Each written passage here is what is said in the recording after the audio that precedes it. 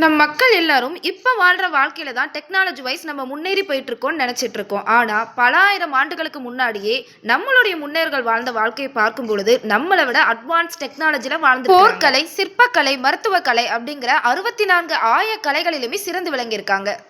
அப்ப வாழ்ந்த நம்மளுடைய முன்னோர்களோட ஆயுட்காலத்தை கம்பேர் பண்ணி பார்க்கும்போது நம்மளுடைய மக்களோட இப்போதைய நிலவரம் ரொம்பவே மோசமா இருக்குன்னு தான் சொல்லணும். ஸோ அவங்க ரொம்பவே ஹெல்த்தியான ஒரு வாழ்க்கையை வாழ்ந்திருக்காங்க.